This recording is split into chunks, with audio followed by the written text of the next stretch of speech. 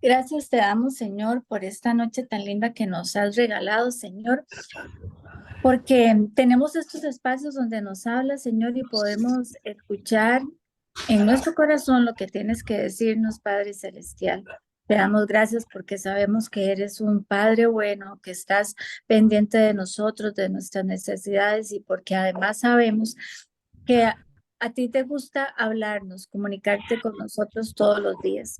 Por eso es que te damos gracias por estos espacios, porque a cada uno de nosotros nos hablas de acuerdo a lo que estamos necesitando, Señor, de acuerdo a estas necesidades o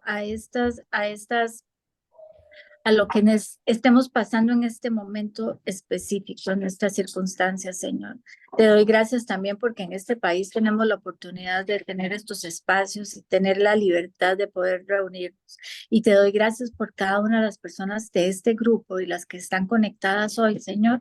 Te doy gracias porque tu Espíritu Santo nos va a hablar directo a nuestro corazón, nos va a fortalecer y nos va a dar una guía y nos va a enseñar las cosas que necesitamos ser enseñados, Señor.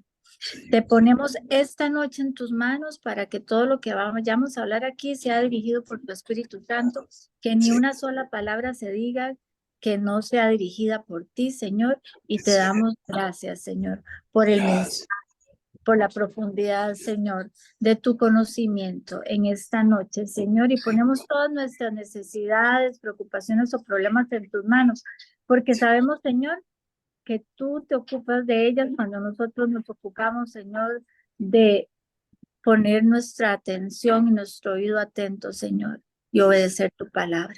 Te damos gracias por todo, Señor, por tus bendiciones múltiples, abundantes de todos los días, porque nos enfocamos en lo que tenemos y no en lo que no tenemos o lo que nos falta, Señor. Te damos gracias por la salud, por el techo, por el alimento, por la familia, por la compañía, por el trabajo, Señor. Y en esta declaración de gracias y con un corazón lleno de contentamiento, Señor, disponemos nuestro corazón y abrimos nuestras manos para recibir todavía más todo lo que tienes para nosotros, porque tú eres un Dios de abundancia, dueño de todo lo bueno, Señor, y como tus hijos, Padre Celestial, sabemos que estás velando y estás pendiente de nosotros, Señor. Gracias por este estudio y gracias por este espacio, Señor. En el nombre de Cristo Jesús. Amén. Amén. Amén. Amén. Bueno, pues ya casi que estamos terminando Crónicas, un libro eh, bastante interesante y creo que tanto Salmos como Crónicas nos ha llevado por un camino del fruto del Espíritu Santo interesante, diferente, y me ha gustado mucho por donde el Señor nos ha llevado. Y el estudio de hoy se llama La paz de Dios en el contentamiento. Es un concepto muy interesante que quiero que desarrollemos y tiene mucho que ver con los versículos que hemos estado leyendo de Crónicas. Y vamos a estudiar un poco lo que es el contentamiento, ¿verdad? Estamos basándonos en el fruto del Espíritu Santo, que está en Gálatas 5:22. Es interesante el concepto de el fruto del Espíritu Santo. Son diferentes características, pero es un solo fruto porque es un solo Espíritu Santo. Entonces no es que uno tiene uno y otra cosa tiene otra persona, tiene otra cosa y otro. No, es el fruto del Espíritu Santo. Cuando usted tiene cuando usted tiene el Espíritu Santo, tiene todas las características. Es diferente, por ejemplo, cuando estábamos hablando de los dones del Espíritu Santo. Los dones del Espíritu Santo son los regalos que el Espíritu Santo nos da y tenemos alguno de los dones del Espíritu Santo. Los dones ministeriales, tenemos alguno de los dones del Espíritu, ministeriales, por ejemplo. Los dones de sanidad, tenemos alguno de los dones de sanidad. Pero cuando hablamos del fruto del Espíritu Santo, como es un solo fruto, tenemos las características completas. O sea, no es que, ok, no, a mí eso no se me da. Eso de la paz no se me da a mí. El resto sí. No, no, no. Es el fruto del Espíritu Santo es como una sola cosa, ¿verdad? Y son 9 características de ese fruto: amor, alegría, paz, paciencia, gentileza, bondad, fidelidad, humildad y control propio o amor propio. Perdón, dominio propio. Esos frutos del Espíritu Santo hemos estado revisando algunas características y mezclándolas entre ellas para entender un poco más a profundidad el fruto del Espíritu Santo. Y obviamente hoy estamos hablando específicamente de la paz. La semana pasada hablamos de la paz de Dios. Es muy diferente el concepto de la paz de Dios como un concepto de solamente paz, ¿verdad? Y hablábamos que la paz es el shalom de Dios, es la falta de nada. Cuando usted tiene una vida armónica, una vida balanceada, donde todas las cuestiones generales de su vida están a un nivel aceptable, entonces usted puede hablar de la paz de Dios. No es que usted tiene una cosa muy buena y entonces ya tiene la paz, ¿verdad? Muchas veces la gente pide alguna cosa especial y cree que teniendo eso ya va a tener el resto, y no. La paz de Dios es armónica, es una sana armonía entre todas las cosas, donde todo está lleno, todo está bien y no nos falta nada. Es el concepto de paz. Y llegar a ese punto de paz es caminando con el Espíritu Santo, pero también poniendo de nuestra parte. Yo creo que eso es de las cosas más importantes que vamos a estudiar en el estudio de hoy. Dígame, Teito. Una cosa, vamos a suponer, nosotros tenemos el fruto del Espíritu Santo, pero puede haber alguna de esas cosas que no, por lo menos vamos a suponer con el dominio propio, que es el que más, que, pero igual, aunque uno tenga debilidad ahí en el dominio propio, igual tiene uno el fruto del Espíritu Santo, ¿verdad? Ok. Sí, el Espíritu Santo, en el momento en que nosotros recibimos a Cristo en nuestro corazón, la promesa es que el Espíritu Santo empieza a vivir en nuestro corazón. Uh-huh.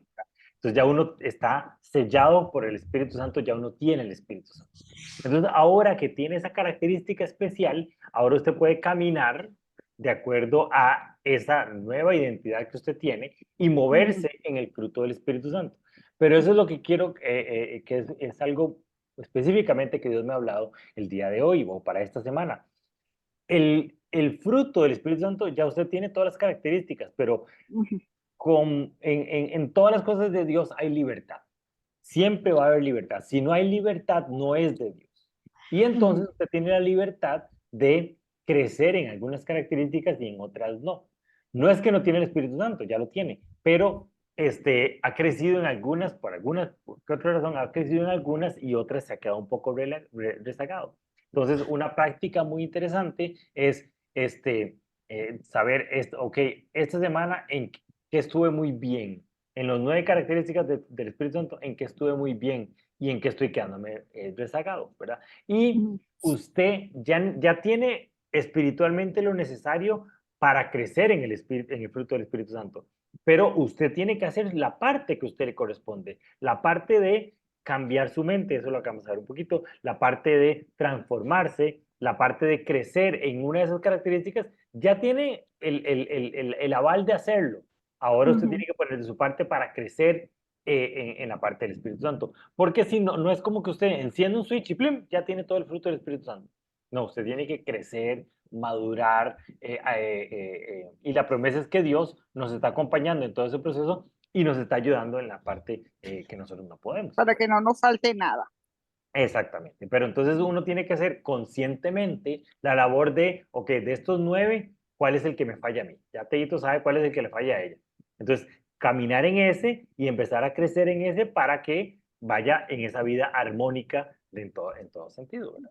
Lo he mejorado bastante, No, pero... yo sé que sí, ahora cuando maneja ya no se le sale goofy. Ok, continuemos. Entonces la idea es llegar a ese punto en la vida en donde tenemos esa armonía y no nos falta nada, ¿verdad? No es crecer en una característica o en algún elemento muy ampliamente y en los demás dejarlos totalmente rezagados. Hay que tener mucho cuidado porque cuando uno empieza a trabajar, especialmente en algunas organizaciones de orden eclesiástico, empieza con ese primer amor, empieza con esa relación y entonces se desarrolla muchísimo en unas partes, pero hay otras partes de la vida que las va dejando botadas, ¿verdad? Entonces hay que tener una vida de oración, una vida de estar en la palabra, de congregarse, pero tampoco hay que dejar perdida la familia, tampoco hay que dejar perdidos los amigos, y tampoco es que es un asunto de que me muero si no puedo estar en el estudio bíblico del lunes. Uno dice, bueno, sí, no puedo estar, no importa. porque tengo una actividad familiar. Perfecto, esa es parte de la armonía y todo tiene que mantenerse como un general. O desarrollarse muchísimo en el deporte y dejar botada toda la parte espiritual. O la gente que tiene una vida espiritual profunda, íntegra y su salud está fatal. Uno dice, no tienen esa armonía, esa sana armonía. Y pasa muchísimo en los pastores que tienen una vida súper desordenada a nivel de alimentación, por ejemplo. Esos pastores que están gordos ahí en el púlpito y uno dice, uña, si uno tiene esa sana armonía, también debería cuidarse por su salud, por comer saludable, de evitar los excesos. Siempre que hay excesos de cualquier cosa, estamos perdiendo esa sana armonía. Y estamos perdiendo ese lugar de la paz de Dios, ese lugar donde no nos falta nada. ¿Okay? Y definitivamente esto es un proceso y nuestra vida va a ser que en algún momento nos enfoquemos o nos desbalanceemos en una parte, pero el asunto es estar consciente para llevarnos otra vez al centro y seguir en esa armonía general y sana. ¿Ok? El concepto del contentamiento es muy interesante y eso es lo que quiero que nos enfoquemos basándonos en esos conceptos de paz. Pero el contentamiento bíblico es esa confianza interna en la soberanía y la bondad de Dios. Eso, o sea, ese proceso de que usted tiene una confianza de que Dios está con usted, es lo que produce gozo, paz, gratitud y que en la vida de un creyente es sin importar lo que está pasando alrededor. ¿Verdad? Entonces, usted llegó a ese lugar de paz donde está esa armonía. Eso no quiere decir que les dejaron de venir los problemas siguen existiendo, los problemas siguen sucediendo, pero usted tiene esa confianza en que Dios, en su soberanía y su bondad, entonces lo que me está pasando, primero que nada, es parte de la soberanía de Dios, y después la promesa es que todo me ayuda para bien, entonces voy bien, o sea, me mantengo en ese lugar de paz, ¿por qué? Porque yo sé que Dios está conmigo. Entonces, es ese contentamiento. Pero el contentamiento también produce acción de gracias, agradecimiento. Y yo creo que la manera más fácil de entender si usted en su vida está en contentamiento es si usted tiene una actitud de agradecimiento. Si usted tiene una actitud de decir, ah, no, es que yo necesito tal cosa, ah, no, es que mi vida sería mejor si tuviera tal otra, ay, es que yo necesito, y es que necesito, y entonces uno dice, esa persona no está contenta, no está en acción de gracias, no está en ese proceso de contentamiento. A nosotros nos ha pasado muchísimas veces con clientes, les diseñamos una casa lindísima, la casa es una casa enorme, vivían en una casa de 200 metros cuadrados y se pasa en una casa de 600 metros cuadrados, totalmente terminada, con lujos, una casa que Dios se las regaló, pero ellos no están agradecidos. Pasan, es que no, es que vieras, es que aquí, es que allá, y uno dice, santo Dios, pero ¿por qué no tienen esa actitud de acción de gracias? Y es en el momento de que las cosas están muy bien, donde uno dice, más fácilmente uno está en esa actitud de acción de gracias. Por eso es que el contentamiento no tiene que ver con las circunstancias, porque a veces están muy bien, la gente está muy bien económicamente, por ejemplo, y no tienen acción de gracias. Pero, por ejemplo, que es el caso de que sucedió unos años, no sé si recuerdan que una señora perdió la casa, hubo un incendio y perdió la casa, y entonces llega Telenoticias ¿cómo se llama? La entrevista, y ella tiene una actitud lindísima, de hecho fue noticia y de ella se volvió como una celebridad. Shirley, no me acuerdo cómo se llamaba, Kenita, Shirley algo.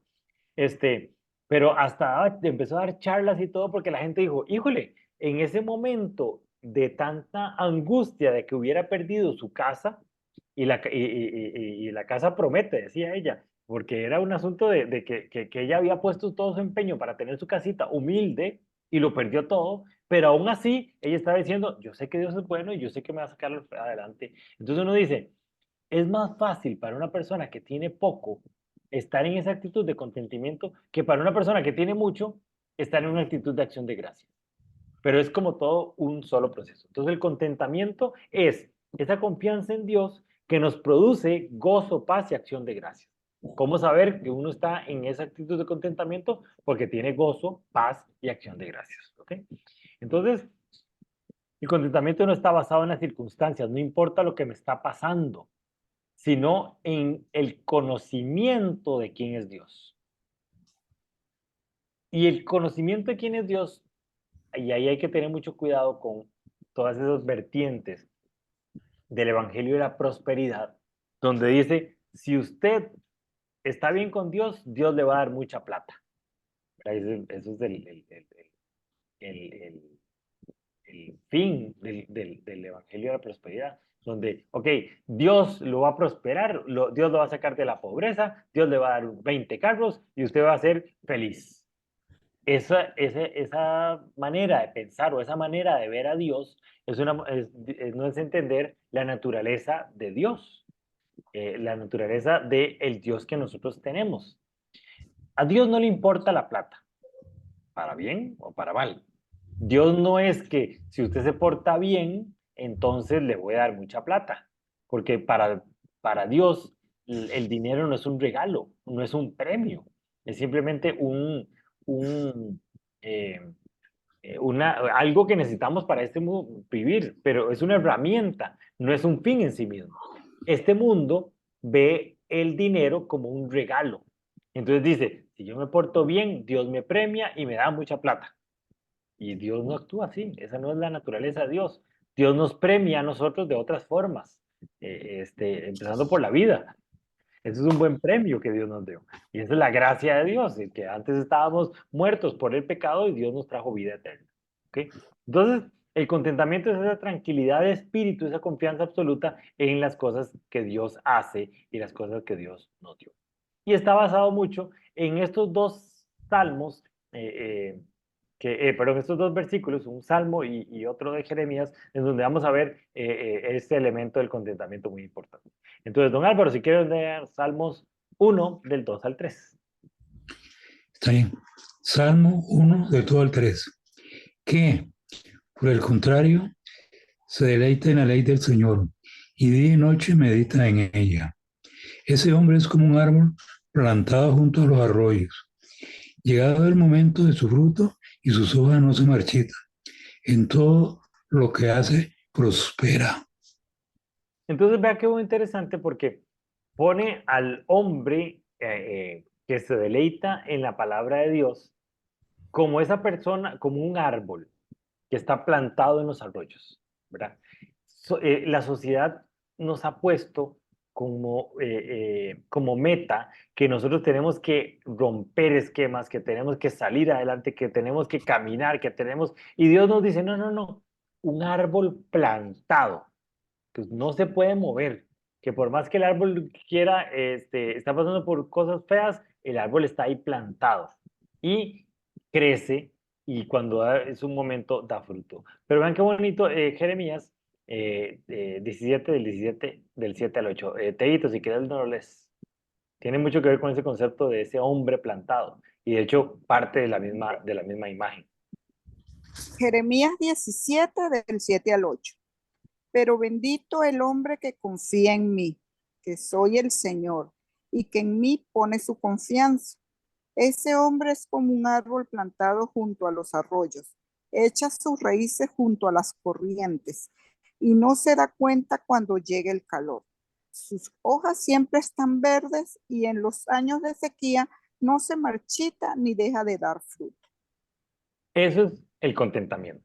El contentamiento es como ese hombre que pone su confianza en Dios, que se deleita en la palabra de Dios y es como un árbol. Y ese árbol, salada las circunstancias, si está sembrado en tierra fértil, perfecto. Si está sembrado en tierras fuertes, feas, ahí empieza a tener problemas. Pero lo que dice es, echa sus raíces junto a las corrientes y no importa si está pasando situaciones difíciles, si está pasando sequías, si está pasando problemas difíciles, él siempre tiene sus hojas verdes y no se marchitan. ¿Por qué? Porque tiene la confianza puesta en Dios. No por las circunstancias, sino por ese furor interno que tiene que lo hace dar fruto. Entonces, uno da fruto no porque las circunstancias se lo permiten, no, El árbol da fruto porque internamente tiene todas las características de dar fruto. Y lo único que necesita es confiar en Dios. Esa es la característica principal del contentamiento. Entonces, vamos a ver varios versículos que estuvimos viendo la semana pasada para amarrar el concepto de paz con este concepto de contentamiento. Kenita, si quieres léenos ahí Filipenses 4, del 6 al 7. Sí, voy. Por nada estéis afanosos, antes bien en todo, mediante oración y súplica con acción de gracias, sean dadas a conocer vuestras peticiones delante de Dios. Y la paz de Dios, que sobrepasa todo entendimiento, guardará vuestros corazones y vuestros pensamientos en Cristo Jesús. La semana pasada y las semanas anteriores hemos estado revisando este segundo versículo, el Filipenses 4:7. La paz de Dios que sobrepasa todo entendimiento guardará vuestros corazones y vuestros pensamientos en Cristo Jesús. Este es el concepto más claro de paz que tenemos. Es una paz que no es como nosotros la entendemos, no es como el mundo la entiende, sino que sobrepasa todo entendimiento. Pero el Filipenses 6 nos habla del contentamiento. Por nada estéis afanosos, antes bien en todo meditación, oración y súplica con acción de gracias. Entonces, ¿qué es lo que tenemos que hacer nosotros para lograr esa paz que sobrepasa todo entendimiento? Lo anterior. No estando preocupados, sino tengan unas oraciones con acción de gracia. La oración con acción de gracia es una oración donde usted la hace y sabe que se va a cumplir. Entonces la hace y desde ya empieza a dar gracias. No porque ya se cumplió, sino porque usted sabe que el Dios al que usted le está orando va a cumplir su oración. Ya sea que le cumpla la petición que usted quiere o que le cumpla lo que sabe que es bueno para usted. Pero le va a cumplir, ¿verdad? A veces uno ora y pide algo específico y Dios le dice, oí su oración, lo voy a bendecir, pero eso que usted pide no es lo que le voy a dar, le voy a dar esta otra cosa. Y uno dice, wow, yo pidiendo algo así y Dios me dio esto y yo necesitaba esto que Dios me dio. Entonces, esas son las oraciones con acción de gracia. Entonces, por eso es que le decía a Teito, lo que Dios me estaba hablando a mí es que nosotros ponemos nuestra parte, Dios, perdón, pone su parte, pero la parte de nosotros también es importante, que tiene mucho que ver con las disciplinas espirituales. Ok, no estén preocupados porque tienen oración, esa vida de oración en acción de gracias y en el contentamiento y van a llegar a ese lugar de paz que sobrepasa todo entendimiento, ¿verdad? Esto también me parece importantísimo porque nos da la identidad que Cristo nos dio. Nos habla sobre la identidad que Cristo nos dio. Caro, no sé si estás ahí o estás ahí todavía. Sí, aquí estoy. Ok, lee ahí Mateo 5:9, por favor. Bienaventurados los pacificadores, porque ellos serán llamados hijos de Dios. En el Sermón del Monte Jesús está hablando sobre un montón de conceptos y nos habla sobre las bienaventuranzas. Las bienaventuranzas es las bendiciones que Cristo le deja a su iglesia y a su pueblo. Y empieza a hablar bienaventurados los que son perseguidos, bienaventurados los pobres de espíritu. Y todos dice porque recibirán algo, porque les darán algo, porque tendrán algo. Pero esta bienaventuranza, en el versículo 9, nos habla de quiénes somos. No es lo que vamos a recibir, sino quiénes somos. Bienaventurados los pacificadores porque serán llamados hijos de Dios. Si usted es un hijo de Dios, usted es un pacificador. Usted es una persona que busca la paz. Usted es una persona que cree en la paz. Usted es una persona que promueve la paz. Y eso es importante entenderlo, que no es algo que nosotros deseamos y sería vacilón tener. No, es algo que nosotros somos y en lo que tenemos que caminar, en eso que somos pacificadores. ¿Okay? Y lo que nos toca a nosotros, muy importante con respecto a, ok, Cristo hace su parte, el Espíritu Santo nos pone lo que necesitamos, pero nosotros nos toca hacer la parte que nos toca. Entonces, don Álvaro, si quieren leer ahí Isaías 26:3. ¿Cuál? Pedro. El primero, sí, Isaías 26:3. Primero Pedro 5:7.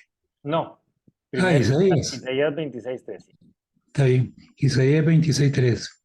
Tú guardarás en completa paz a aquel cuyo pensamiento en ti persevera, porque en ti ha confiado. ¿Sabes qué interesante? Porque, ok, Dios va a hacer su parte, nos guardará en completa paz, pero a nosotros nos toca perseverar en el pensamiento en Cristo. ¿Qué quiere decir eso? O sea, yo entro en un proceso de meditación y mi mente, como dice una amiga, la loca del cuarto de arriba, mi mente va a tender, porque es cosas de la carne, va a tender a otros lugares, a otras cosas y generalmente a cosas no positivas. Entonces uno tiene que ser consciente de decir, no, no, no, no, esto es lo que yo creo, esto es lo que yo busco, esto es lo que yo entiendo. Entonces tengo que perseverar, o sea, tengo que luchar contra mi mente para que el pensamiento se quede en el lugar en el que yo quiero que se quede. Naturalmente el pensamiento va a ir allá, pero yo tengo que traerlo aquí de vuelta y buscar perseverar en el pensamiento de Dios.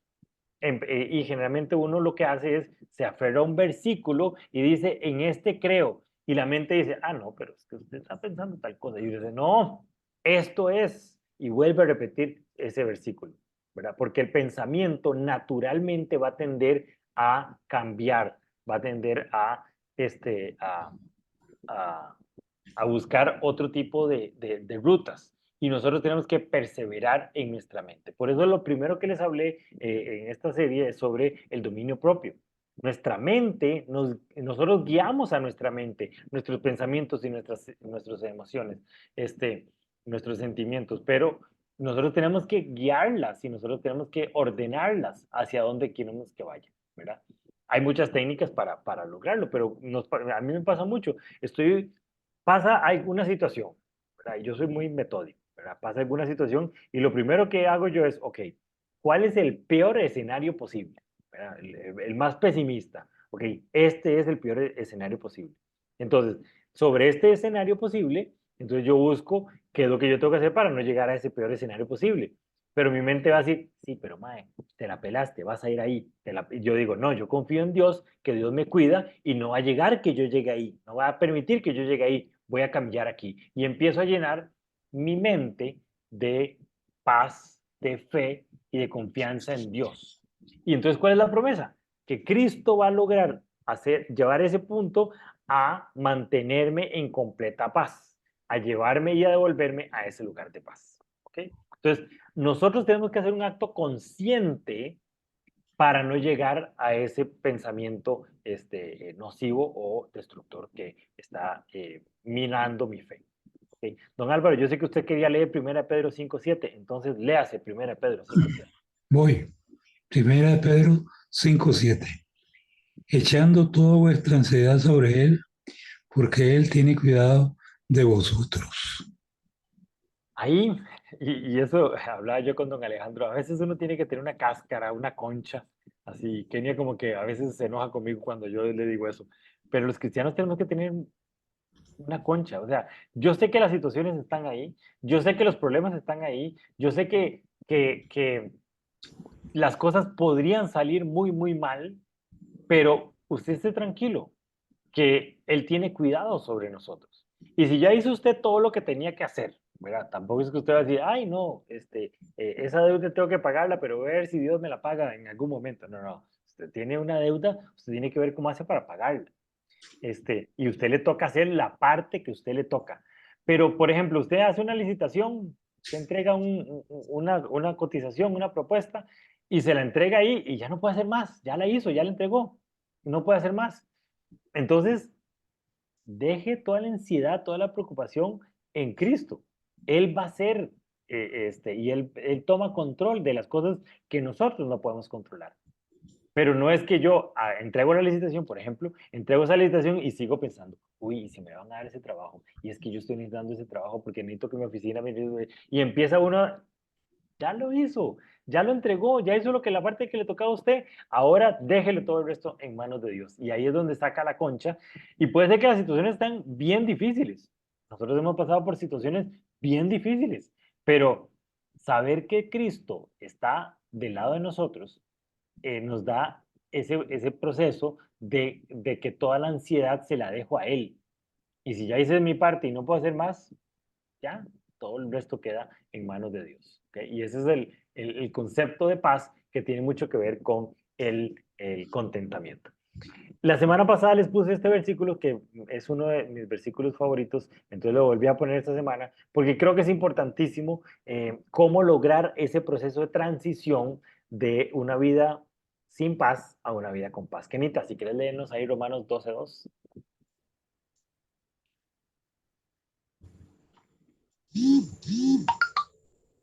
Sí.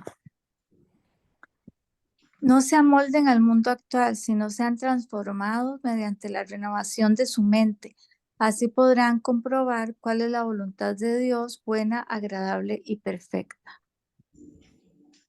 Este versículo habla de lo que nos toca a nosotros hacer. No es nada espiritual este versículo.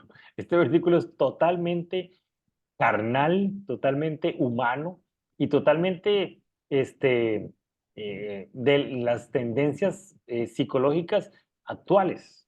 O sea, lo que dice el versículo es, usted puede caminar como siempre ha caminado y no va a ver las cosas que Dios tiene para usted.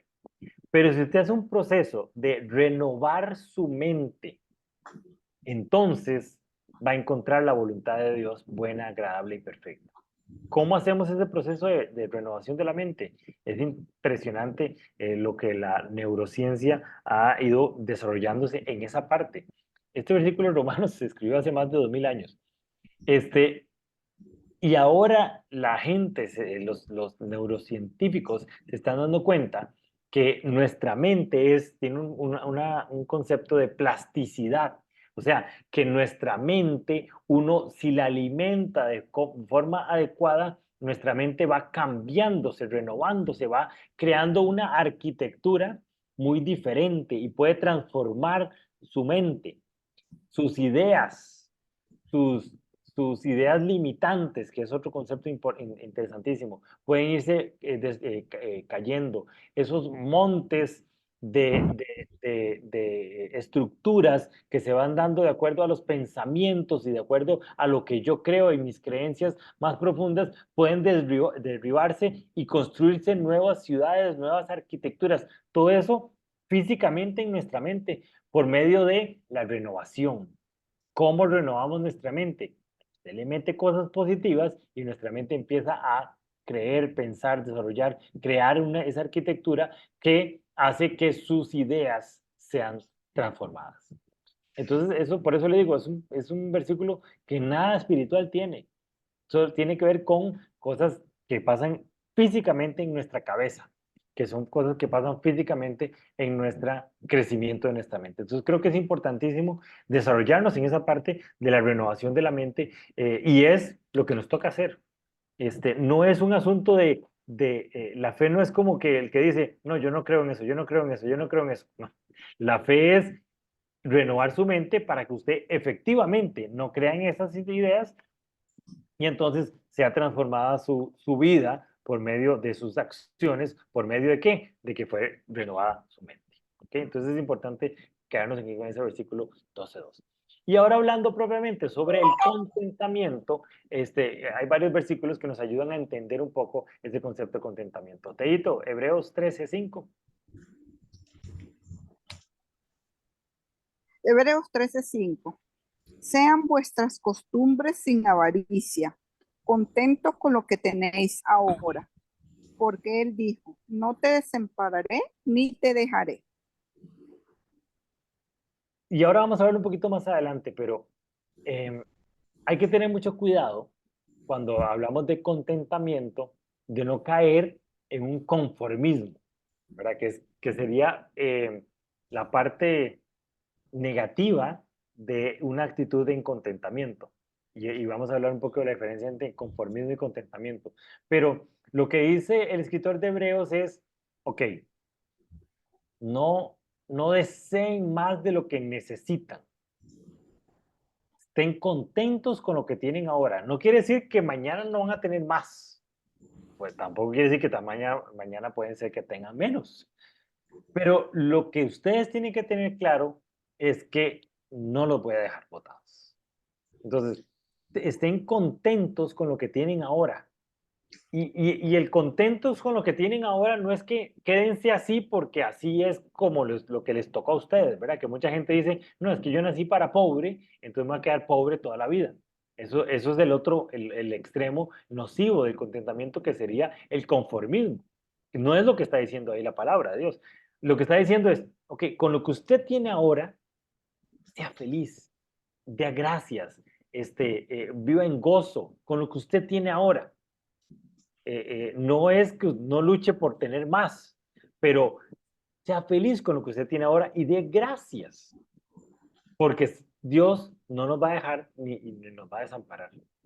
Es exactamente en el presente, en el ahora, ¿verdad? El contentamiento sucede en el presente y en el ahora. Y después de este versículo que me lo encontré, yo la verdad es que no lo había visto de una manera así tan profunda, ahí Filipenses 4 del 11 al 13, pero sí me pareció impresionante. Caro, si quieres leernos ahí Filipenses 4, por favor.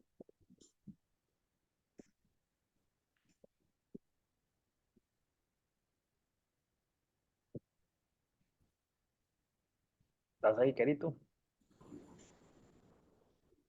Bueno, don Álvaro, si quieres nos lo lee, por Eh, Filipenses, ¿verdad? favor. Filipenses 4, 11, 13. No lo digo porque tenga escasez, pues he aprendido a contentarme cualquiera que sea mi situación. Sé vivir humildemente y sé tener abundancia.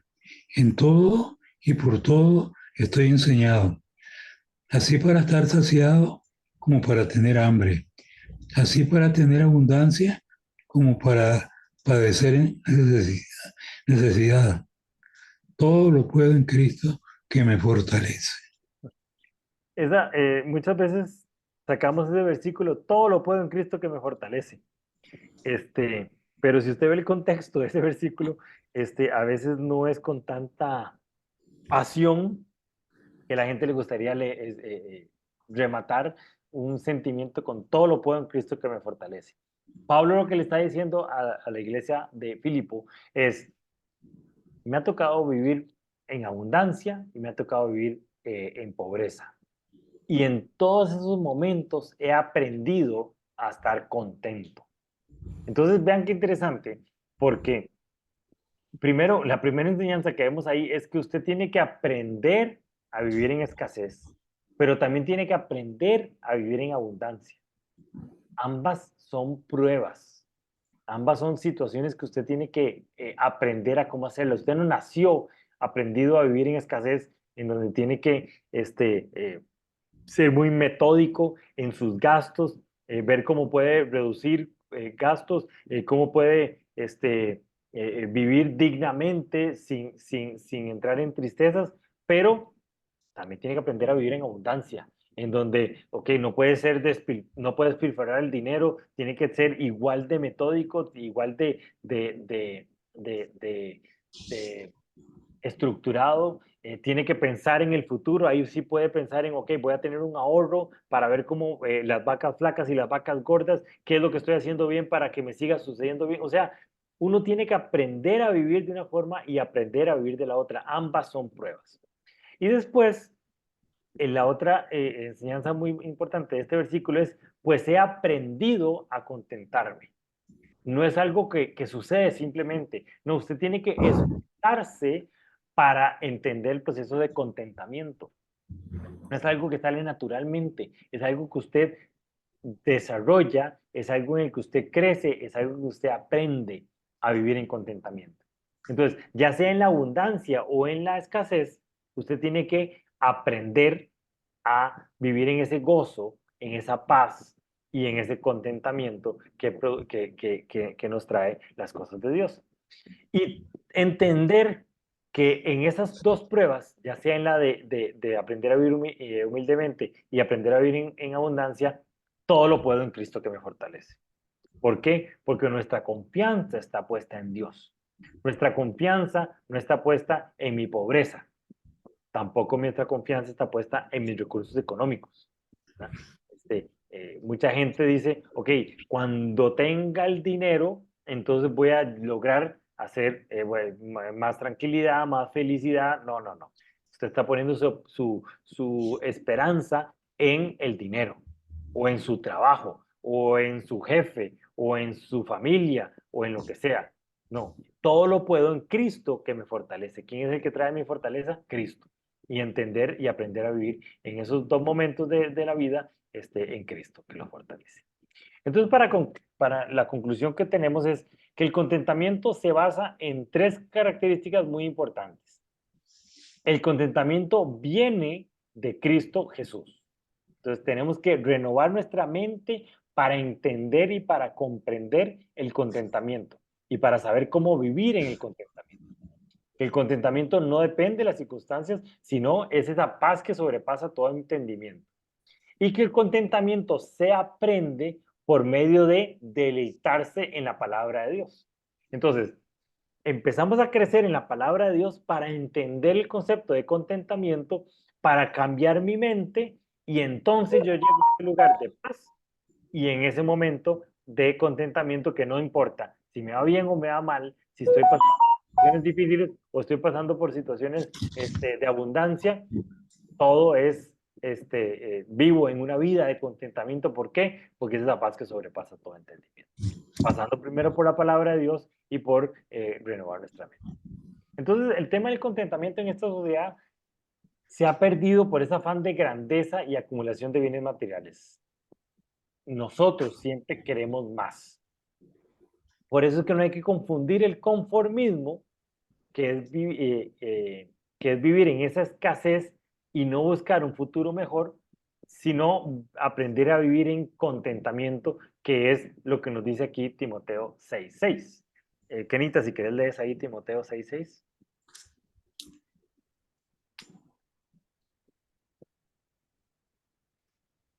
¿Estás ahí, Kenita? Están perdidos. Teito, si quieres leernos ahí Timoteo 6:6. Voy. Primera de Timoteo 6:6. Ahora bien, la verdadera sumisión a Dios es una gran riqueza en sí misma cuando uno está contento con lo que tiene. Entonces, si usted dice que usted sigue a Dios, que sigue a Cristo, que Dios es su rey, que es su Dios, que usted sabe que su reino abunda y que yo soy parte del reino y quiero ser parte del reino y yo quiero entrar en esa verdadera sumisión a Dios, entonces la verdadera sumisión a Dios radica en tener una vida contenta con lo que tengo. Si tengo mucho, estoy contento. Si tengo poco, estoy contento. ¿Por qué? Porque sé que Dios tiene control sobre mis cosas. Entonces, Timoteo 6 resume todo lo que hemos visto del contentamiento. Y creo que es importante darle vuelta durante esta semana. Aquí en esta imagen es un poco diferente lo que dice, pero gran ganancia es la piedad con contentamiento. Aprender y entender que nuestra relación con Dios se asienta en el momento en que yo vivo en contentamiento. Entonces quiero que esta semana vivamos en contentamiento, bueno, no en toda la vida, vivamos en contentamiento, pero definitivamente es un proceso consciente que uno tiene que hacer para transformar su vida. Y eso es lo que tengo para esta semana. No sé si tienen alguna otra duda, alguna pregunta. Todo bien, entonces. Sí, solamente puedo dar como un comentario. Diga el Por lo menos comentario. eso, bueno, ustedes saben que yo he pasado por ciertas etapas, ¿verdad? Entonces, yo vivía muy bien, tenía una buena casa, vamos a decir.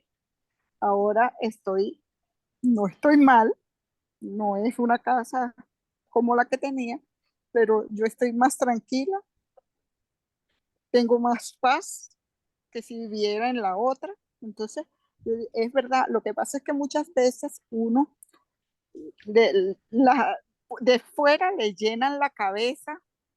Ay, pero ¿por qué tú te conformas con eso? Ay, ¿por qué tú no sé qué más? Ay, tú tienes que... Y muchas veces el exterior hace que uno se confunda también, ¿verdad? Entonces, pero es verdad, si uno confía en que Dios no nunca se va del lado de uno, aunque uno algunas veces se aleja por esas cosas, ¿verdad? Este, uno va a estar tranquilo y yo bien siempre lo digo, ¿qué gano yo con tener una casa buena y andar sufriendo de que es, ay, que si tengo que pagar esto, que no me alcanza para esto, otro, que no sé qué más? En cambio, ahora vivo en una casa que no es lujosa, pero estoy tranquila porque me alcanza para todo, ¿verdad? Entonces, una cosa por la otra. Yo prefiero estar aquí y estar tranquila que estar por lo menos, vamos a decir, en Villarreal o en Cerro Alto y así que no pueda hacer nada con la plata, pues vamos a decir, porque no le alcance a uno, ¿verdad? Aunque Dios nunca lo desampara a uno y Él lo pone a uno donde uno tiene que estar y donde uno pueda salir adelante también.